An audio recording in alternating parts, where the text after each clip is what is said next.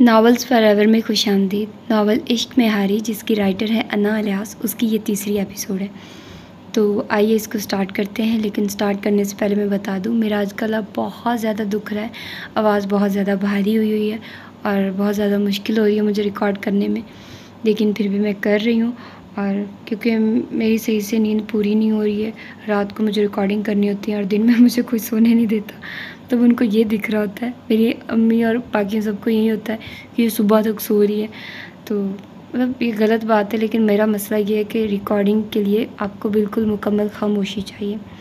मेरी यही कोशिश होती है कि मैं जब भी रिकॉर्डिंग करूँ कोई ना बोले और आवाज़ भी ना आ रही हो, कोई शोर ना हो।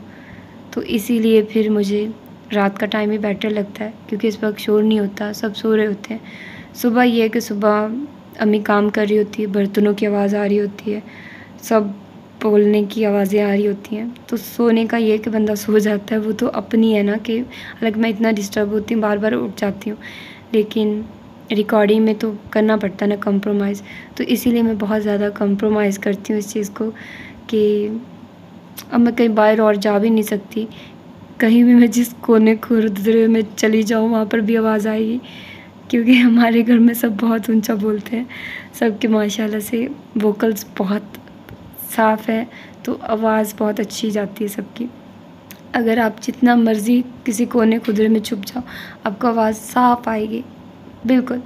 तो खैर आइए स्टार्ट करते हैं इस तीसरी एपिसोड का। आप देखते हैं कि इनका निकाह होता है और क्या होता है, देखते हैं फिर। उसी रात मतीबा ने फ़ोन मिलाकर सुमेरा को दिया अपने निकाह की बात। अब वो खुद माँ से कैसे करती, चाहे निकाह कैसे भी हो रहा था, मगर उसके लिए यही इस वक्त ज़रूरी था।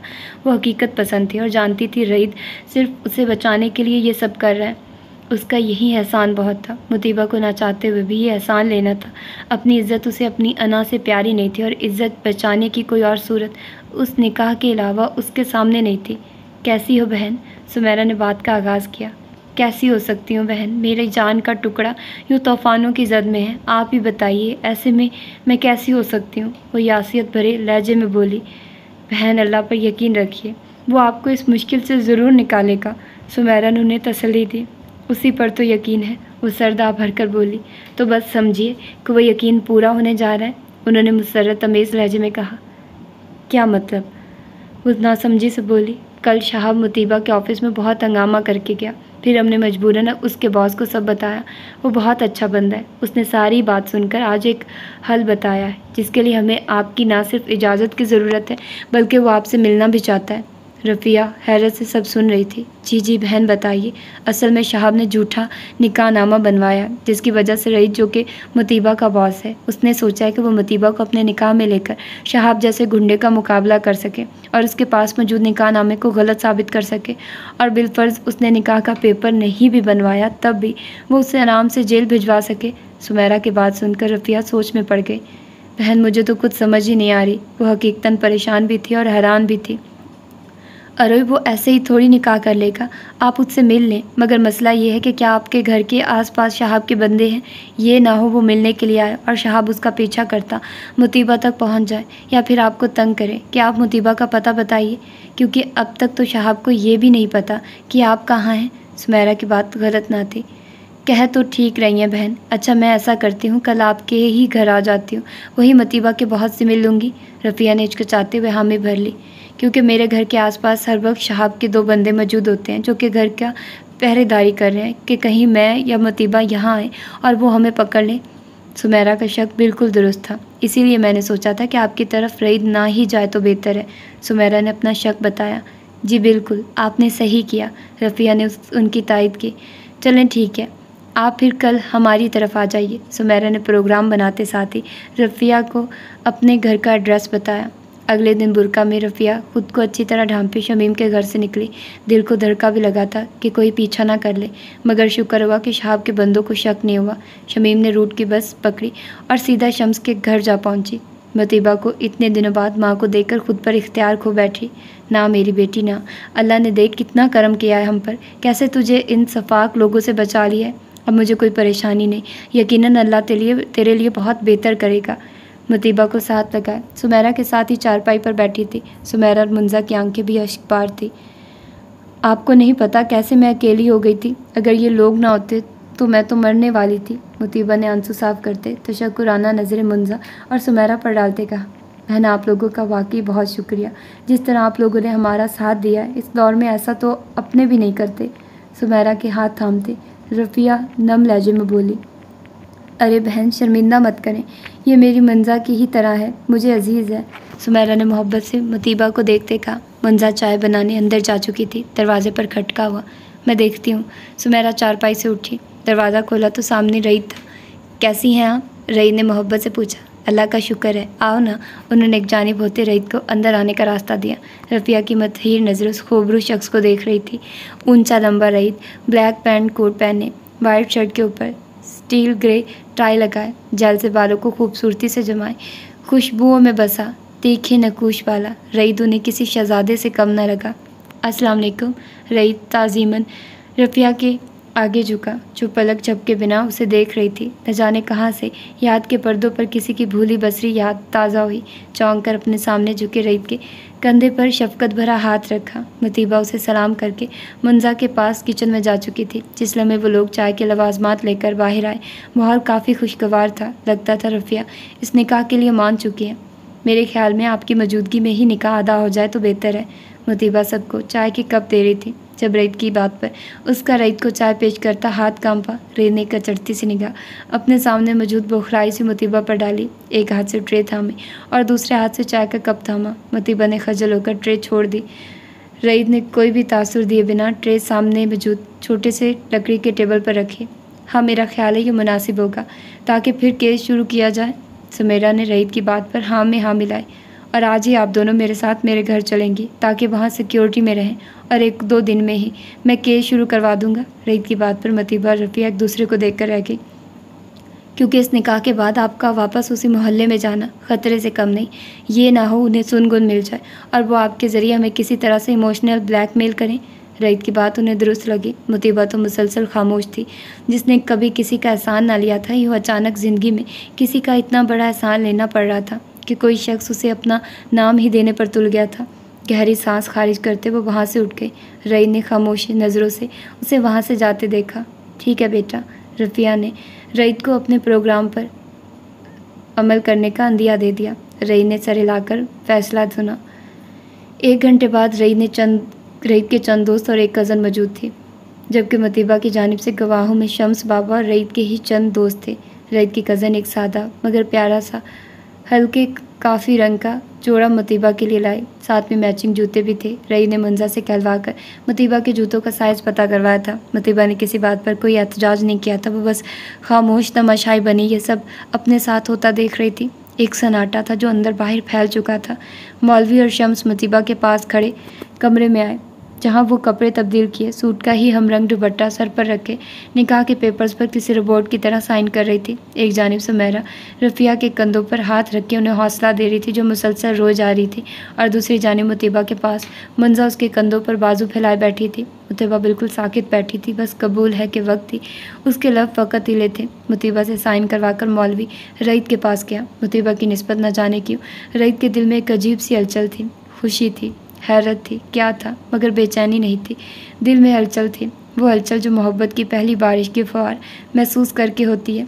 रईद ने हसन को मुसलसल ऑनलाइन रखा हुआ था। वो बेटे के निकाह का मंजर नम आंखों से देख रहे थे। बेटा वो बच्ची कहाँ है, मैं देखना चाहता हूँ। हसन ने निकाह मुकम्मल होने के बाद अपनी ख्वाहिश का इजहार किया। पापा वो कमरे में है, मैं मिशाल को कहता वो मोबाइल वहाँ ले जाती है। रईद उन्हें अभी मिशाल को आवाज़ देने ही वाला था कि हसन के दूसरे मोबाइल पर कॉल आने लगी। बेटा एक ज़रूरी कॉल आ रही है, मैं फिर कल इंशाल्लाह बच्ची और उसकी अम्मी से बात करूँगा। हसन ने माजरत की। ठीक है बाबा। रईद ने कोई एतराज़ ना किया। मुबारक हो आंटी। मुबारक हो भाभी। रईद की कज़न चहकते हुए मुतीबा को साथ लगाकर मुबारक दे रही थी। मुतीबा सपाट चेहरा लिया उसकी खुशी देख रही थी। भाभी, ये लफ्ज़ ही कितना अजीब लग रहा था। रईद रिफ़्रेशमेंट का कुछ सामान मंगवा चुका था। मंजा और मिशाल सबको खाने पीने की चीज़ें पेश कर रही थी। शुक्र अल्लाह का, सब खैर खैरियत से हो गया। मंजा ने हाथ आपस में जोड़कर लम्हा भर को आंखें बंद करके रफ़िया को मुखातिब किया। बस बहन दुआ करना इस गर्दाब से जल्द बाहर आ जाए। अल्लाह रईद बेटे को बेहिसाब खुशियाँ दे, जिसने हम गरीबों के लिए इतना बड़ा कदम उठाया। रफ़िया भी जानती थी कि यह निकाह सिर्फ मसलहतन किया गया है। वो किसी खुशफहमी में नहीं रहना चाहती थी। कुछ देर बाद ही जहाँ सब मेहमान गए वहीं रईद ने भी जाने की इजाज़त मांगी। आप सबका बेहद शुक्रिया। रईद ने शम्स बाबा से हाथ मिलाते सुमेरा और मुंजा को भी मुखातिब किया। अल्लाह बस इन्हें इन तकलीफ हालात से निकाले। और वैसे भी बेटा, इंसान ही इंसान के काम आता है ना, सुमेरा ने सच्चे दिल से कहा। हम इसे बहुत याद करेंगे, बहुत प्यारी बेटी है, सुमेरा मतीबा को साथ लगाते मोहब्बत से बोली। रईद को उसकी इस कदर खामोशी बहुत चुभ रही थी, परेशान कर रही थी। वो बिल्कुल गुमसुम थी। रईद ने उसके बेतासुर चेहरे से नज़र हटाई। ओके मुंजा, तुम आना, मेरी एकेडमी तुम्हारी जॉब का बंदोबस्त करती हूँ, विशाल मुंजा से मिलते हुए बोली। चंद ही लम्हों में उनकी बहुत अच्छी दोस्ती हो गई थी। ज़रूर, मुंजा ने भी हामी भरी। घर से बाहर निकलते सुमेरा ने मुतीबा को अच्छी तरह चेहरा ढकने का कहा। फिर मुंजा ने खुद ही आगे बढ़कर उसके दुपट्टे से ही उसका निकाब सेट कर दिया। भाभी आप आ गए, बैठिए। गाड़ी के पास आते मिशाल ने उसे आगे बिठाना चाहा। नहीं मिशाल, आप आगे बैठ जाओ, मैं या अम्मी बैठे तो किसी के भी देख लिए जाने का खतरा है। मिशाल को सहूलत से इनकार करते वो पिछली सीट का दरवाज़ा खोलकर बैठ भी गई। हालांकि वह निकाब में थी और रफ़िया बुर्का में। मिशाल नासमझी से उसका इनकार सुनकर वहीं जमी रही। रई ने उसे इशारा करके आगे बैठने का कहा। मुतीबा मिशाल को ये नहीं कह सकती थी कि निकाह के एक पेपर साइन कर लेने से मैं वाकई तुम्हारी भाभी नहीं बन गई, और ना उस रहम दिल शख्स की बीवी। ये एक मजबूरी है, और मजबूरियों को मैं यूं कैश करवाने की कायल नहीं। मैं कल भी उसकी मुलाजिम थी, आज भी उसकी मुलाजिम हूँ, मालकिन नहीं बन गई। आंसू पीते उसने नज़रें बाहर भागते दौड़ते मंजर पर जमाई, मगर बैक व्यू मिरर से दो आंखें उसकी आंखों की वहशत से अनजान नहीं थी। उसकी आंखों में छुपे दर्द को महसूस कर रही थी। रई ने पहले मिशाल को ड्रॉप किया, फिर गाड़ी अपने घर जाने वाले रास्ते पर बढ़ा दी। कुछ देर बाद ही गाड़ी एक आलीशान बंगले के आगे रुकी। मुतीबा रफ़िया को तो वो कोई महल ही लगा था। आइए, गाड़ी पोर्टेको में खड़ी करके वो बाहर निकला। उसकी तकलीद में वो दोनों भी बाहर आई। रईद उन्हें अपने पीछे आने का इशारा करता अंदर की सीढ़ियाँ चढ़कर अंदरूनी हिस्से की जाने बढ़ा। लकड़ी का मुनकशिफ दरवाज़ा खोलकर उन दोनों को अंदर बढ़ने का कहा। वो दोनों खामोशी से अंदर आ गए। सामने बड़ा सा हॉल था जिसके चारों जानिब मुख्तलिफ दरवाजे थे। रईद उन्हें लिए पहले हॉल की सीढ़ियाँ उतरकर सोफ़ा की जानिब बढ़ा। बैठिए आप, उन्हें बैठने का इशारा करके किसी मुलाजिम को आवाज़ दी। ठंडा लाओ, मुलाजिम को हुक्म देकर वो अपने सामने मौजूद सोफ़ों पर बैठी रफ़िया और मुतीबा की जानिब मुतवज्जे हुआ। रफ़िया बुर्का उतार रही थी, मुतीबा ने भी निकाब करा लिया। अभी आप दोनों कुछ दिन बाहर नहीं जाएंगी, मैं मिशाल से कहूँगा आप दोनों के कपड़ों का बंदोबस्त कर दे। रई ने किसी बॉस के अंदाज में उन्हें अगले दिनों का लाया अमल बताया। इतनी देर में मुलाजिम जूस ला चुका था। तीनों को उसने गिलास पेश किए। बाबा कुछ दिनों में आ जाएंगे तो मैं ज़्यादा जल्दी इस सब मसले को हल करूँगा। रई को समझ नहीं आ रही थी इन दोनों से क्या बात करें, तो केस के हवाले से ही डिस्कस करने लगा। आंटी, आपके भाई ने कभी आपसे कांटेक्ट नहीं किया? रई ने रफ़िया से सवाल किया। नहीं बेटे, वो तो ऐसे गया, सब ताल्लुक़ ख़त्म करके गया कि कहीं भूले से भी मैं उससे कोई राब्ता न कर सकूं। उन्होंने लंबा सांस खींचते हुए कहा। और आपके कोई कज़न्स, कोई खाला, मामू? रई की बात पर उन्होंने नफ़ी में सर हिलाया। जब मेरे अपने भाई ने मुझसे ताल्लुक़ नहीं रखा तो किसी और रिश्तेदार ने मुझे क्या समझना था? रफ़िया ने दुख से कहा। अकबर, खाना लगाओ। रई ने मुलाजिम को फिर से हाँक लगाई। खाना खाकर रई ने एक कमरा मुतीबा और रफ़िया को दिखाया। आप अगर अलग सोना चाहती हैं तो इसके साथ वाले कमरे में सो सकती हैं। रई ने मुतीबा को मुखातिब किया। अरे नहीं बेटा, इतना बड़ा तो कमरा है, हम इकट्ठे ही सो जाएंगे। मुतीबा के बोलने से पहले ही रफ़िया बोली। रई फिर भी मुंतज़िर निगाहों से उसकी जानिब देखता रहा। कुछ तो कुफर टूटे। नहीं ठीक है सर, मुतीबा ने आखिरी लफ्ज़ बोलकर उसे अपना और उसका असल ताल्लुक़ बावर करवाया। Okay, good night. रईद सर हिलाकर कमरे से बाहर चला गया। मुतीबा ने उसकी नज़रों की गिरफ्त से आज़ाद होने पर सुख का सांस लिया। वो क्यों उसे यूं और मुसलसल देखता रहा था, वो समझ नहीं पा रही थी। वो कोई हूर परी नहीं थी और इस बात से वो अच्छी तरह वाकिफ़ थी। अगले दिन रईद ने तो सुबह जल्दी ही ऑफिस चला गया। 11 बजे के करीब मिशाल लदी फुंदी आई। अस्सलाम वालेकुम, कैसी हैं आप दोनों? मिशाल बहुत मोहब्बत से उनसे मिली। बिल्कुल ठीक, तुम सुनाओ? कल की निस्बत आज मुतीबा का रवैया उससे काफ़ी बेहतर था। मिशाल को थोड़ा हौसला हुआ। मैं भी ठीक हूँ, ये कपड़े आप लोगों के लिए लेकर आई हूँ, चेक कर लें।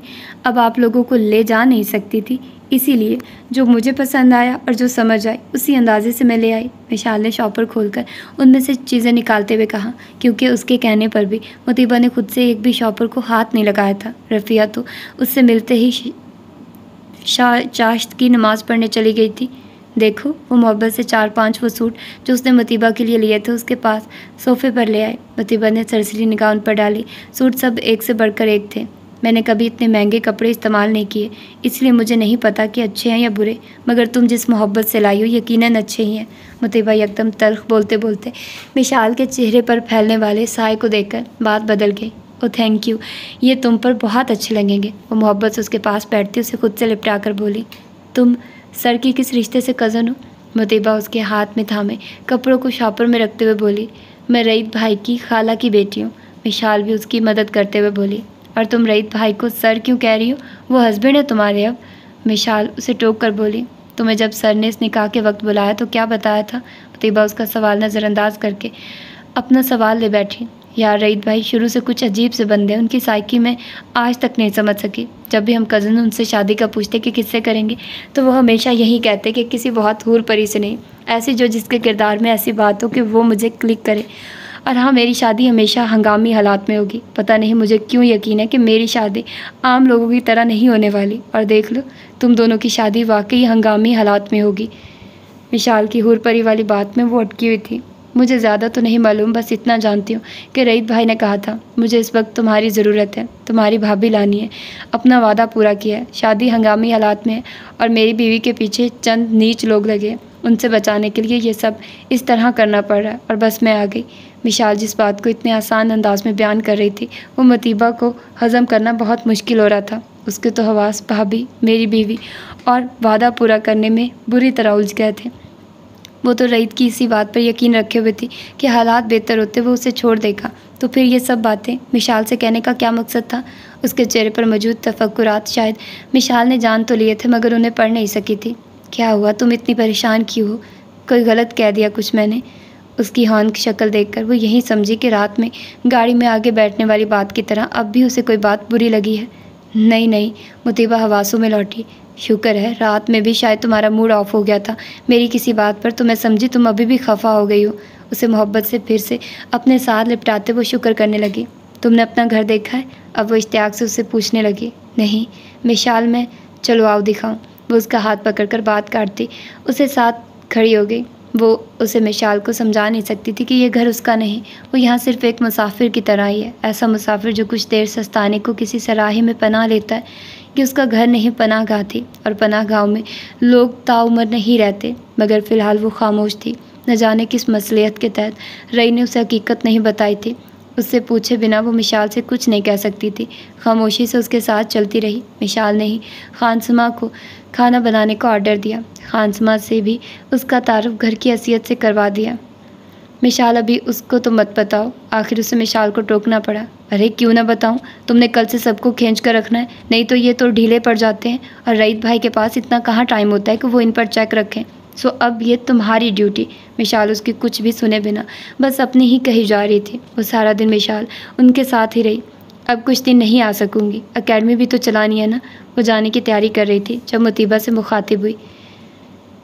किसकी? तुम्हारी अकेडमी? मुतीबा ने सवालिया अंदाज में पूछा। हाँ ना, माँ बदौलत की अकेडमी है, क्लास 6 से ग्रेजुएट के स्टूडेंट्स तक की।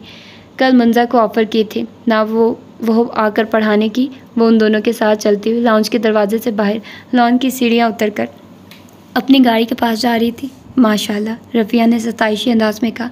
सही। मुतीबा कुछ सोच में पड़ गई। ओके आंटी, अपना ख्याल रखिएगा। वो मोहब्बत से रफ़िया से मिली और फिर मुतीबा से। बहुत मज़ा आया तुम्हारे साथ बेटा, रफ़िया ने साफ कोई से कहा। मुझे भी, आती जाती रहूँगी, डोंट वरी। बाल झटक कर गॉगल्स पर्स में से निकाल कर पहने गाड़ी में बैठकर स्टार्ट करते उन दोनों की जानिब अलविदाई अंदाज में हाथ हिलाया। मुतीबा और रफ़िया भी उसे हाथ हिलाकर उसकी गाड़ी बाहर निकलते ही अंदर की जानिब चल पड़ी। रात में रईत के साथ खाना खाने के बाद जिस लम्हे वो कमरे में गया और रफ़िया इशा की नमाज़ पढ़ने, तब मुतीबा ने उसके कमरे में जाने का सोचा। सुबह मिशाल के साथ ही उसका कमरा देख तो आई थी, मगर कमरे में दाखिल तब भी नहीं हुई थी। उसका कमरा कोई बहुत लग्जरी रूम नहीं था। दरवाज़ा खुलते ही सामने ज़मीन से थोड़ा सा ऊंचा बेड इस तरह था कि सीधे फटे पर मैट्रेस रखा हुआ था। कमरे के दाएं जानिब ग्लास वॉल से लॉन का हर मंजर देखा जा सकता था। ग्लास वॉल पर 20 पर्दे पड़े थे। बेड के बिल्कुल साइड राइटिंग टेबल थी जिस पर एक लैंप और एक पेन होल्डर था, और साथ ही रिवॉल्विंग कुर्सी। बाकी बाएं हाथ पर दीवार के साथ कैन का बुक रैक पड़ा हुआ था जिसमें बहुत सी मालूमाती किताबें मौजूद थी। रैक के साथ ही बैग से बने 2 सिंगल सोफ़े थे जो टाइल्स के प्रिंट में थे। मुतीबा ने दरवाज़ा नॉक किया। रईस जो कि बेड पर तकरीबन नीम दराज किताब पढ़ने में महव था, हल्की सी आवाज़ में मौसीकी भी लगा रखी थी। हैरत से चंद लम्हे दरवाजे को घूरने के बाद सीधा होकर बैठा। कम इन।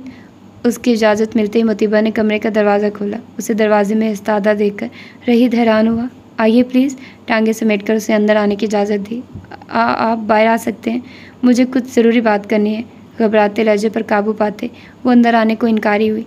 आप अंदर आ जाइए, कोई इशू नहीं है, दरवाज़ा खुला रखिए। रईद उसकी घबराहट से महफूज हुआ। पहली बार उसे खुद से घबराते देखा था। नहीं, आप बाहर आ जाइए, वो बाजिद थी। ओके, आप लॉन में चले, मैं आता हूँ। रईद ने उठते हुए हामी भरी। मुतीबा ने सूखा सांस लिया और खामोशी से बाहर जाकर लॉन के पिलर के पास जा खड़ी हुई। फैंसी लाइट्स इर्द गिर्द जिगर जिगर कर रही थी। पूरे माहौल पर अजीब सा सुकून तारी था। हर चीज़ खामोश थी, एक शहर में लिपटी हुई थी। और इस शहर को रईद के कदमों की चाप ने तोड़ा। जी, खैरियत थी? रईद ने उसके करीब खड़े होते उसे अब गौर से देखा तो अंदाज़ा हुआ वो कल के निकाह वाले सूट की जगह यकीनन मिशाल के लाए हुए ग्रे और पर्पल सूट में मलबूस थी। दुपट्टे को चादर की तरह ओढ़ा हुआ था। जी, पहले तो इन सब कपड़ों का शुक्रिया जो आपने मिशाल से कहकर हमारे लिए मंगवाए। नज़रों को इधर उधर घुमाते हल्का सा रुख मोड़े वो रईद की नज़रों को पूरी तरह इग्नोर कर रही थी। रईद को नज़रें चुराने का ये खेल बहुत मज़ा दे रहा था। सीने पर हाथ लपेटे ग्रे कुर्ता शलवार में वो मुतीबा का सब्र आजमा रहा था। वेल, आपके साथ निकाह के बाद आपके नान नफ़के की जिम्मेदारी मुझ पर है, तो आपके लिए ये सब लाकर मैंने कोई आसान नहीं किया, अपना फ़र्ज़ पूरा किया है। रईद के तफसीली जवाब पर उसकी हथेलियों में पसीना आया। मगर मुझे ये आसान लगा क्योंकि ये सब मजबूरी की वजह से है। लिहाजा मैं चाहती हूँ कि जब तक हम यहाँ हैं तो मैं फिर से ऑफ़िस ज्वाइन कर लूँ। मुतीबा के मुतालबे पर रईद ने बहुमें सकेड़ी। एक्सक्यूज़ मी, जब तक मैं केस नहीं करता तब तक तो आप यहाँ से निकल नहीं सकती। शायद आप भूल गई हैं कि कुछ लोग आप पर घात लगाए बैठे हैं। रईद की बात पर उसने खामोश मगर खफा सी नज़र रईद पर डाली। मैं जानती हूँ, मगर मैं ऐसे यहाँ मुफ्ते में यहाँ नहीं रह सकती। आंखें झुकाए हाथों को मरोड़ती वो ज़िद्दी लहजे में बोली। आपको वजाहत में दे चुका हूँ कि शौहर होने के नाते आपके खर्च की जिम्मेदारी मुझ पर है। रईद ने फिर से उसे वाज़े किया। ये एक वक्ती ताल्लुक़ है। मुतीबा ने अब की बार जताती नज़रों से उसे देखा। जी बिल्कुल, लेकिन बहरहाल है। रईद ने दो टोक अंदाज में कंधे उचकाते कहा। ओके, अगर मैं ऑफ़िस नहीं जा सकती तो क्या आपकी कज़न मिशाल की एकेडमी में पढ़ा सकती हूँ ताकि हमारे खाने पीने का ख़र्चा मैं आपको दूँ। रईद का दिल किया उस खुददारी की मारी लड़की का दिमाग दुरुस्त करे। इंसान को खुददार होना चाहिए, मगर इतना नहीं कि वो वक्त और हालात न देखे। मैंने आपको कहा कि मुझे आपके यहाँ रहने का मुआवजा चाहिए। रईद अब की बार ख़तरनाक हद तक संजीदा हुआ। लेकिन मुझे यूँ अच्छा नहीं लग रहा कि हम यूँ आप पर किसी बोझ की तरह पड़ गए हैं। रईद का दिल किया अपना सर पीटने, मुर्गे की वहीं एक टांग। इस निकाह का मशवरा आपने दिया था? रईद के सवाल पर वो अजीब नज़रों से उसे देख कर रह गई। नहीं, क्या रईद को याद नहीं? जब ये फ़ैसला मैंने किया था तो इसके नफ़ा नुकसान सब सोच कर किया था। जब निकाह करते मेरी मर्ज़ी थी तो आपका ख़र्च उठाने की मर्ज़ी भी मेरी थी। लिहाजा फ़जूल सोचों को दिमाग में जगह देने से बेहतर है आप इस बात पर फोकस करिए कि हम इस मसले से कैसे निपटना है। इससे मुतल्लिक कोई अच्छा मशवरा देंगी तो ज़रूर सुनूंगा। फ़जूल बातें सुनने के लिए मेरे पास टाइम नहीं है। अब की बार रईद ने लगी लिपटी रखे बगैर उसे लताड़ा। मगर मुझे स्टॉप इट मुतीबा, रईद के लहजे में गुस्सा दराया। जब इस मसले से निकल जाएं तो आपके रहने का जितना खर्चा होगा वो सूद समेत मैं लूँगा। मगर फ़िक्र मत करें, खुददार आप हैं तो मुफ्त की रोटियां मैं भी किसी को नहीं देता। रईद की बात का जुबानीपन समझे बिना वो रिलैक्स हो गई। ओके, आप सब खर्चा मुझे बता देना, मैं अपनी पे में से आपको दे दूँगी। मुतीबा जल्दी से खुश होकर बोली, ये सोच कर कि ये सब कर्ज हैं। ज़रूर, हर लम्हे का हिसाब और ख़र्च बताऊँगा। रईद के लहजे की गमगीनता और नज़रों की गहराई ने अब की बार मुतीबा को चौंकाया। उसे रईद के लहजे में कुछ अनोखा एहसास महसूस हुआ जिसे वो फ़िलहाल जुटलाने पर आमादा थी। अब रिलैक्स होकर सो जाइए, रईद उसे तसल्ली देता इससे पहले अंदर जा चुका था। मुतीबा चंद लम्हे वहीं खड़ी रही। आखिर वो मनहूस माँ बेटी गई कहाँ? शहाब के बंदे कितने दिनों से फ़ाइक के घर की पहरादारी कर रहे थे मगर कोई खातिर ख्वाह रिजल्ट नहीं मिला। कहाँ गई तेरी बीवी और बेटी? बता। शहाब के कदमों के पास फ़ाइक लाचार सा बैठा था। यक पैक शहाब चिल्लाता हुआ उस पर बरसा और जूते की नोक उसकी कमर पर मारी। वो बुलबुला उठा, मुझे नहीं पता खुदारा, मुझे नहीं पता। वो रोता हुआ हाथ जोड़कर बोला, अब एक कमीने, तूने 5 की बजाय 15,000 भी ले लिए मुझसे और अभी तक तेरी बेटी भी मेरे हाथ नहीं लगी। वो फुनकार कर बोला, अब एक ही हल है, एक तो इसके बॉस पर नज़र रखो, दूसरा तीसरी मीसनी बेटी की तस्वीर अब अखबारों में छपाऊंगा, इस खबर के साथ कि तेरी बेटी मेरी मनकुआ है जो पिछले चंद दिनों से किसी ने अगवा कर लिया, उसे ढूंढने में मेरी मदद करें। एक एक लफ्ज़ वो चबा कर बोला।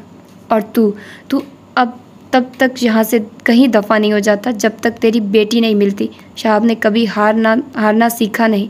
वो फिर से जबड़े भींच कर बोला, तुम दोनों कल से उस कमीने बॉस की निगरानी करोगे, उसके घर का भी पता करो और हर रिपोर्ट मुझे दो। ऐसे कैसे वो गायब हो सकती है? यकीनन किसी न किसी का हाथ उसमें है। अपने दो बंदों को हुक्म देने के बाद वो आंखें सुकेड़ कर बोला। दाढ़ी खुजाते उसकी सोच उन दोनों के गिर्द ही घूम रही थी। मुझे छोड़ दो, मैंने तुम्हारा क्या कसूर किया है? जहाँ तक हो सका तुम्हारी मदद की। फाइक फिर से मुनमुनाया। अबे चुप, गाली बंद करो इस कमीने को। एक बार फिर उसे ठोकर मारकर अपने बंदों से फाइक को वहाँ से उठवाकर उसे एक कमरे में बंद करने का हुक्म दिया। वो चीखता चिल्लाता रहा, मगर शहाब जैसे सफाक इंसान पर उसका क्या असर पड़ना था। आका जी, मिनिस्टर साहब का फ़ोन आया है। वो कुर्सी पर और भी आरामदेह अंदाज में बैठते, पाँव जूतों समेत सामने मौजूद टेबल पर रखते, अपने रिवॉल्वर के साथ खेलने में मशगूल था कि उसका एक बंदा हाथ में फ़ोन लिए तेज़ी से कमरे में आया। शहाब भी सीधा होकर बैठ गया। ये मैं क्या सुन रहा हूँ? किस लड़की के पीछे हो तुम? एक कड़क आवाज़ फ़ोन से सुनाई दी। वो सर जी, बस दिल के मामले हैं। वो डिठाई से मुस्कुराते हुए बोला। दिल को काबू में करो और काम पर तवज्जो दो। ऐसी औरतों को टिश्यू पेपर से ज़्यादा अहमियत नहीं देते। वो गर्ज कर बोला। अरे सर जी, टिश्यू पेपर को बरतने का मौका ही कहाँ मिला? अब प्यास बुझाने को कुछ तो तदबीर करनी है ना। आंख दबाकर अपनी गलीज़ गुफ्तगू से वो मिनिस्टर को बोर कर चुका था। अच्छा, अभी सब बातें दफ़ा करो। वो जो जलसे को नाकाम बनाने का मैंने तुम्हें काम दिया था, वो सब तैयार है ना? ये ना हो तुम लड़की के चक्करों में मेरा काम भूल जाओ। पैसे वसूल कर चुके हो, लिहाजा ज़रा सी लापरवाही हुई तो एक एक पाई का हिसाब ले लूँगा। मिनिस्टर बिगड़ कर बोला। ओ सर जी, आप फिक्र ही ना करें। ऐसी तबाहियाँ करनी है इस जलसे में कि आपका मुखालिफ आइंदा ऐसा करने का सोचेगा भी नहीं। अजी, हाथ ही औरतों पर डालकर उसे बदनाम करना है। वो फिर अपनी शैतानी सोच पर मुस्कुराया। हाँ, शाबाश, चलो भाई एंजॉय करो। वो मुतमईन होकर फ़ोन बंद कर गया। यार, तुम्हारे ऑफिस के सीसीटीवी कैमरों में से उस दिन की फुटेज है जब शहाब ने तुम्हारे ऑफिस में आकर हंगामा किया था। रईद उस वक्त समीर भट्ट के पास मौजूद था, जो शहर का नामी करामी वकील तो था ही, मगर रईद का बेहद अच्छा दोस्त था। हाँ बिल्कुल, वो मौजूद है। तुम कहते हो तो कल ही मैं तुम्हें वो पहुंचा देता हूँ, रईद ने सर इस्पात में हिलाते बताया। हाँ यार, वो बहुत ज़रूरी है, इससे हमारा केस और भी मजबूत बन जाएगा। रईद शहाब पर झूठे निकाहनामा का केस दायर करवाने के लिए अपने दोस्त के साथ बैठा पेपर वर्क करवा रहा था। तुम्हारी सास की जो हमसाई हैं, क्या तुम्हें यकीन है कि वो शहाब के खिलाफ कोर्ट में गवाही देंगी? क्योंकि वहीं एक आई विटनेस हमारे पास मौजूद है। समीर के हाथ तेज़ी से सामने रखे कागजात पर चल रहे थे और साथ साथ दिमाग भी, जहाँ वो अटकता रईद से सवाल पूछ लेता था। हाँ, मुझे पूरा यकीन है कि वो गवाही देंगी, और इसके अलावा मेरा ऑफिस का स्टाफ भी शहाब के खिलाफ गवाही देगा, रईद ने पुरयकीन अंदाज में कहा। ठीक है, कल ही तुम वो फुटेज मुझे दोगे और कल हम उसे अदालत की तरफ से नोटिस भिजवा देंगे। मगर इसके लिए ये भी ज़रूरी है कि तुम्हारे हल्का अहबाब में तुम्हारी शादी और भाभी की तुम्हारे घर में मौजूदगी का सबको मालूम हो, ताकि कल को कोई ये कहता हुआ ना आए इन्हें भाभी की मौजूदगी का पता नहीं था। रईद ने उसकी बात पर किसी किस्म का रद्द-ए-अमल नहीं दिया, बस खामोशी रहा। वो जो इस निकाह को खुफिया रखने के चक्कर में थे, लगता था पूरी दुनिया के सामने आकर ही रहेगा। तो इसके लिए क्या करना चाहिए? रईद ने उसी से हल पूछा। अपने स्टेटस पर हर जगह लगा दो कि तुम्हारा कुछ इमरजेंसी में उस लड़की से निकाह हो गया। सबसे माजरत कर लो और रिसेप्शन की कोई डेट डिसाइड करके रिसेप्शन भी दे दो और सबको इन्फॉर्म कर दो। समीर के मशवरे पर वो खामोश रहा। देखो, कोर्ट में ये सब प्रूफ्स देने बहुत ज़रूरी होते हैं। अगर ऐसा कुछ नहीं होगा तो हमारा केस कमज़ोर भी पड़ सकता है। वो बहुत तगड़ा बंदा है, समीर ने उसे हकीकत बताई, और बदकिस्मती से भाभी के साइन से लेकर ID नंबर तक सब उसके पास है। रईद को एक बार फिर चुप लगी। और फ़र्ज़ करो हम बता भी देते हैं कि उनके बाप ने उन्हें बेचा और तुम उन्हें प्रोटेक्ट करने आ गए, जो कि हम बताएंगे, मगर वो निकाहनामा प्रूफ के तौर पर पेश करेगा, तो फिर भाभी की तुम्हारे साथ निकाह में मर्जी शामिल होना ना सिर्फ ज़रूरी है बल्कि ये भी ज़रूरी है कि तुम्हारे सब अहबाब को पता हो। सुमैर की बात उसे काफ़ी हद तक समझ आ रही थी। ठीक है, सबसे पहले तो हम उसके बाप को भी अंदर करवाएंगे जिसने जुए के एवज़ बेटी को बेचा, और फिर उसी को प्रोसीड करते हुए शहाब पर हाथ डालेंगे, समीर ने तफसील शेयर की। ठीक है, मैं बाबा से भी आज बात करता हूँ कि वो जितनी जल्दी हो सके पाकिस्तान आए, रईद ने उठते हुए कहा। ठीक है, परेशान ना हो, अल्लाह बेहतर करेगा। और हाँ, मैंने तेरे घर के बाहर सिक्योरिटी भी टाइट करवा दी है। खड़े होकर रईद से बगल गिर होते समीर ने इतला दी। थैंक्स यार, रई ने तशक्कुर अमेज़ लहजे में कहा। और अपना भी ख्याल रखना कि कहीं कोई तुम्हारा पीछा तो नहीं कर रहा, क्योंकि शहाब कोई ना कोई कमीनी चाल ज़रूर चलेगा। सो चौकन्ना रहना। रईद को मुतनबा किया। ज़रूर, ओके यार, अल्लाह हाफिज़। रईद उससे हाथ मिलाता उसके ऑफिस से बाहर निकल आया। गाड़ी ऑफिस के रास्ते पर लाते उसे समीर के शक पर यकीन की मोहर सख्त होती महसूस हुई जब एक सफ़ेद सुजुकी एवरी उसका पीछा करती ऑफिस तक आए। यकीनन ये गाड़ी ऑफिस उसका पीछा करती यहाँ और अब यहाँ से वापस ऑफिस आई है। रईद को अब एहतियात करनी थी। हेलो सर जी, एक ख़बर है। कैब जो सुबह से रईद का पीछा कर रहा था, रईद का पीछा करते वो वकील के ऑफिस तक पहुंचा और अब उसके पीछे पीछे वापस उसके ऑफिस के बाहर आकर खड़ा हुआ था। फ़ोन करके शहाब को इत्तला करने का सोचा। क्या खबर है? शहाब भी पूरी तरह मुतवज्जे हुआ। सर जी, वो बॉस अभी कुछ देर पहले एक वकील के ऑफिस गया था और वहाँ से अब वापस अपने ऑफिस आया है। कैब की बात पर शहाब का चौंकना बनता था। मुझे शक था कि उस कमीने का कुछ ना कुछ हाथ है इस सब में। वो लड़की ऐसे ही गायब नहीं होगी और उसकी माँ भी। यकीनन उसी ने उन्हें कहीं छुपाया होगा। तुम तस्वीर अखबार वाले दफ्तर देकर आए थे कि नहीं? शहाब दांत पीस कर बोला। आका जी, वो तो मैंने सुबह ही देखकर फिर यहाँ आया था, उसने ताबेदारी से कहा। ठीक है, अब देखते हैं बकरे की माँ कब तक खैर मनाएगी। उसकी शैतानी मुस्कुराहट उस लम्हे उसे और भी करख्त बना रही थी। सर, वो कह रहे थे कि खबर 2-3 दिन तक छपेगी। कैफ ने एक और इतला दी। अच्छा, कोई नहीं, तब तक हम उसके घर की निगरानी करवाएंगे, कुछ तो मालूम होगा ही। शहाब ने मूंछों को ताव देते हुए कहा। चल अब अपना काम कर। आंखें घुमाकर फ़ोन बंद किया। बड़ी ऊंची उड़ान है तेरी। तसव्वुर में वो मुतीबा से मुखातिब हुआ।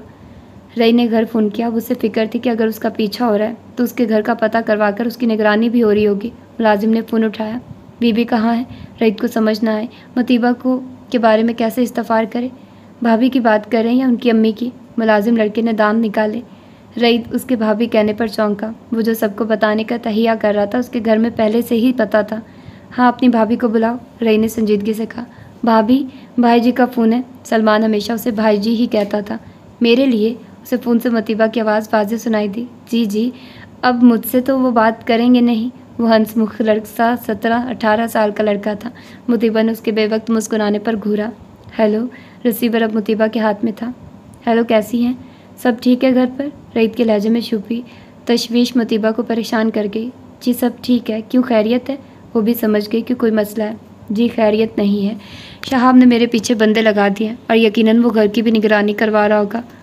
आप कोशिश करें कि फ़िलहाल घर के रिहायशी हिस्से में रहिए, क्योंकि बाहर जाएंगी तब भी हो सकता है वो कहीं से घर के लॉन वगैरह की निगरानी करवा रहा हो। रईद ने उसे एहतियात करने को कहा। ठीक है। मुतीबा मुतफक्किर से बस यही कह पाई। चले ठीक है, कोई भी मशकूक कर देखिए, मुझे आपने फ़ौरन कॉल करनी है। वैसे तो मेरे घर की सिक्योरिटी के लिए मेरे एक दोस्त ने बंदे भेज दिए हैं, फिर भी ऐसे शातिर लोगों का कुछ कहा नहीं जा सकता। आपने मुकम्मल एहतियात करनी है और आंटी को भी समझा दीजिएगा। रई ने उसे तसल्ली दी। जी मैं अम्मी को बता दूंगी। सुने, वो फ़ोन बंद करने ही वाला था कि मुतीबा की आवाज़ पर फ़ोन बंद करता हाथ रुका। I am sorry sir. मुतीबा नादम सी हुई। किस बात के लिए? राय उलझा। हमारी वजह से आपकी अच्छी भली ज़िंदगी में बेसुकूनी आ गई है। मुतीबा उसी लहजे में बोली। वो तो वाकई आ गई है। भूख, प्यास, नींद सब ख़त्म होते जा रहे हैं। रईद का गमगीर लहजा मुतीबा को एक बार फिर चौंका गया। दिल ने लय बदली, फिर खुद पर काबू पाते हुए वो वजाहत देने लगी। नहीं, मुझे सीरियसली अब बहुत बुरा लग रहा है। हमारी वजह से आप इस आग में कूदे हैं। क्या कोई और हल नहीं हो सकता? क्या आपकी जान को कोई नुकसान ना हो? मुझे बहुत परेशानी हो रही है। मुतीबा उसकी बात का असर ज़ाहिर करने के लिए वे सोचे समझे क्या से क्या कह गई। रईद के चेहरे लबों पर जानदार मुस्कुराहट फैली। आपको वाकई मेरी जान की परवाह हो गई है? रईद की जुबानी लहजे पर मुतीबा घबराई। जाहिर है आप मेरे मोहसन हैं, परवाह तो होगी। मुतीबा की वजाहत पर वो हौले से हंसा। ये इश्क नहीं है आसान, बस इतना समझ लीजिए, एक आग का दरिया है और डूब के जाना है। रईद के वाज़े इजहार ने मुतीबा को जामिद कर दिया। इश्क तो खैर नहीं है, मगर चूँकि इस आग में कूद चुका हूँ तो अब तैर कर किनारे तो जाना ही है। रईद उसकी हालत से महफूज होते बात बदल गया, मगर उसके लहजे की शरारत मुतीबा की धड़कनें बेतरतीब कर गई। ओके, अल्लाह हाफिज़। घबराहट में वो कुछ समझ नहीं आया तो यहीं कहकर फ़ोन बंद कर दिया। रईद कितनी ही देर उसकी हालत को एंजॉय करता रहा। सर जी, इस वक्त वो घर के लिए निकला है। कैब शाम में फिर से रईद का पीछा करते उसके घर की जानिब जा रहा था। बस उसका पीछा करो, मगर कोई कार्रवाई नहीं करनी, क्योंकि हो सकता है उसने उस लड़की और उसकी माँ को अपने पास न रखा हो, कहीं आगे भेज दिया हो। जब तक हमें यकीन नहीं हो जाता कि वो यही है, हम कोई कार्रवाई नहीं करेंगे। शहाब ने उसे समझाया। ठीक है आका जी। कैफ खामोशी से उसका पीछा कर रहा था। रईद अनजान नहीं था। वहीं गाड़ी उस वक्त फिर उसके पीछे थी। ऑफिस से निकलते वक्त उसने अपनी लाइसेंस गन लोड करके अपने साथ रखी थी। यूनी के दिनों में उसने निशानाबाजी की काफ़ी प्रैक्टिस कर रखी थी। बाकायदा मुकाबलों में हिस्सा लेता रहा था, इसीलिए उसका निशाना काफ़ी अच्छा था। घर के बाहर पहुंचा तो 4-5 वर्दी में मलबूस जवान उसके घर की पहरादारी पर मौजूद थे। रईद की गाड़ी रुकते ही सल्यूट किया। रईद ने गाड़ी से बाहर आकर उनसे सलाम दुआ की, फिर गाड़ी में वापस बैठकर गाड़ी घर के अंदर बढ़ा ले गया। घर में दाखिल हुआ तो मुतीबा और रफ़िया दोनों को किचन में काम करते देखा। अस्सलाम वालेकुम, आप दोनों क्यों यहाँ हैं? वह हैरत से उन्हें देखकर पूछ रहा था। वालेकुम अस्सलाम, जीते रहो बेटा। बस बेटा आराम कर करके तंग पड़ गए थे, सोचा इस बेचारे का कुछ काम ही आसान कर दें। रफ़िया मोहब्बत से उसके सलाम का जवाब देकर बोली। आप बाहर आए, ये पहले ही निकम्मा है, आप दोनों ने इसे और भी निकम्मा बना देना है। वह रफ़िया को कंधों से पकड़कर बाहर लाते हुए बोला। अरे अरे अच्छा चलो, पर मतीबा को यही रहने दो। रफ़िया ने उसकी ज़बरदस्ती करने पर हार मानते हुए कहा और उसके साथ किचन से बाहर आ गई। मैं आज वकील के पास गया था। रईद उन्हें अपने सामने वाले सोफ़े पर बिठाकर खुद भी उनके मुकाबले बैठते हुए बोला और फिर सारी तफसील उन्हें बताई। अल्लाह इस मुश्किल से हमें निकाले। बेटा जैसा तुम्हारा वकील कहता है वैसे करो। मुझे तो कुछ समझ नहीं इन बातों की, बस दिल को धड़का लगा रहता है कि वो कमीना इंसान फिर दोबारा ना आ जाए। रफ़िया परेशान हुई। इतनी देर में मतीबा चाय बनाकर ले आई, सेंटर टेबल पर पड़ी ट्रे रखी। आप क्या कहती हैं? रईद ने उसकी भी राय ली। मतीबा के चेहरे पर फ़कत संजीदगी थी। आपके लॉयर की राय ज़्यादा मुकद्दम है, हमें तो इन बारीकियों का नहीं पता। रईद को कप थमाते निगाहें नीचे रखते हुए बोली। एक कप रफ़िया को दिया और तीसरा कप लिए खुद भी रफ़िया के साथ बैठ गई। मेरा तो ख्याल था कि ये सब ज़्यादा सामने ना आए, मगर जब अदालत तक जाएगा जाहिर है तब भी सबको पता चलेगा। पहले पता चल जाए तो भी कोई मसला नहीं। मतीबा जानबूझकर निकाह का नाम लेने से कतरा रही थी। ये सब से मुराद उसकी निकाह ही था, रईद जान चुका था। वो पुरसोच अंदाज में बोला। अस्सलाम वालेकुम। यकदम आने वाली आवाज़ पर वो तीनों चौंक कर लाउंज के दरवाजे की जानिब मुतवज्जे हुए, जहाँ मौजूद शख्सियत को देखकर रईद के चेहरे पर खुशी और हैरत के मिले जुले तासुरात दर आए, जबकि रफ़िया के चेहरे पर जलजले के आसार थे। वो पथराई आंखों से उस शख्स को देख रही थी जिसकी नज़रें रफ़िया पर पड़ते ही साकित हुई थी और मुस्कुराते लब खामोश। मुतीबा के चेहरे पर सिर्फ अजनबियत के तासुरात थे। बाबा, what a pleasant surprise. Raeed cup रखता फ़ौरन उठकर उनके जानिब बढ़ा, जिनकी नज़रें सिर्फ रफ़िया पर जमी थी। रईद जैसे ही उसके गले लगा, उन्हें जैसे होश आया, मोहब्बत से उसके गिर्द बाजू बांधे, उसके चेहरे पर प्यार किया। आपने बताया ही नहीं। वो अब भी खुशी से तमतमाता चेहरा लिए उनसे शिकवा कर रहा था। सोचा था सरप्राइज़ दूंगा, मगर यहाँ तो मैं सरप्राइज्ड हो गया हूँ। रईद की बात पर फीके अंदाज में वो बोले। कुछ देर पहले जो जोश था वो अब मफकूद था। क्या मतलब? रईद ने उलझकर उनको देखा। खैर आप आइए। वो उन्हें लिए अंदर की जानिब बढ़ा। ये रफ़िया आंटी हैं और ये मुतीबा है। रईद ने उन दोनों का भी तारुफ करवाया, जो अपनी जगह खड़ी बाप बेटे की मुलाकात देख रही थी। मुतीबा ने जल्दी से सलाम किया। उन्होंने हाथ बढ़ाकर उसके सर पर प्यार दिया। माशाल्लाह बहुत प्यारी बच्ची है, जीती रहो। मुतीबा जो बस सलाम पर ही इक्तफ़ा कर चली थी, अगले पल हैरान रह गई जब उन्होंने उसका चेहरा दोनों हाथों में थामकर मोहब्बत से उसके सर पर बोसा दिया। वो अंदाज़ जिसकी ख्वाहिश वो अपने बाप से करती थी आज किसी और के बाप से पूरी हो रही थी। नमी एकदम उसकी आंखों में दर आई। रफ़िया ने भी बदिक्कत सलाम किया। वालेकुम अस्सलाम, कैसी हो? काश मुझे मालूम होता कि ये सब जुल्म तुम्हारी बेटी के साथ हो रहा है तो बहुत पहले आ चुका होता। हसन की बात पर रईद और मुतीबा दोनों शशते रह गए। रईद को लगा जिनकी तलाश उन दोनों को कब से थी वो उनके सामने ही है। कोई बात नहीं हसन, हम दोनों दुनिया में शायद जुल्म सहने ही आई हैं। कुछ जुल्म मैंने सहे और कुछ मेरी बेटी ने। उनके लहजे की काट को मुतीबा समझने से कासिर थी, मगर रईद उन्हें हक बजानिब समझ रहा था। बाबा आप लोग बैठिए प्लीज़। रईद ने उन सबको बैठने का कहा। सलमान बाबा का सामान उनके कमरे में पहुंचा दो। रईद ने सलमान को आवाज़ लगाई। जी आया भाई जी। सलमान ने किचन से आवाज़ लगाई। तो ये थी इसकी तीसरी और आज की लास्ट एपिसोड। मतलब कल आप लोगों को बाकी के एपिसोड्स मिलेंगे। आज मैं बहुत बहुत बहुत ज़्यादा थक चुकी हूँ और मुझसे मज़ीद नहीं बोला जा रहा। पता नहीं ये रिकॉर्डिंग मैंने किस तरह से की है, मैं ही जानती हूँ। तो अब मैं आराम करती हूँ, मुझे सोना चाहिए अब, क्योंकि मैं बहुत ज़्यादा थक चुकी हूँ। पिछली काफ़ी दिनों की रातों से मुझे सही से नींद नहीं आ रही थी। तो आज इंशाल्लाह अच्छे से सुकून से सोऊंगी। अभी मुझे प्यास भी बहुत ज़्यादा लग रही है। तो आप लोग अपनी राय दीजिएगा और बताइएगा कि आप लोगों को ये नावल कैसा लग रहा है। और ख़बरदार किसी और के चैनल से जाकर सुना, मैंने बात ही नहीं करनी है आप लोगों से। और हाँ, अगर इस चैनल को अभी तक सब्सक्राइब नहीं किया तो यार सब्सक्राइब कर दो। आप लोग सब्सक्राइब क्यों नहीं करते हो, कर दो। जब आप लोग सब्सक्राइब करोगे तो क्या होगा कि मेरे चैनल के जल्दी जल्दी सब्सक्राइबर बढ़ेंगे, तो बहुत ही अच्छा हो जाएगा। मैं चाहती हूँ कि इसी मंथ मेरे 8000 हो जाएं। क्या ऐसा पॉसिबल है? पॉसिबल तो है अगर आप लोग करें तो। खैर देखते हैं क्या होता है। तो फिर मिलते हैं इसकी चौथी एपिसोड में। टिल देन अल्लाह हाफिज़।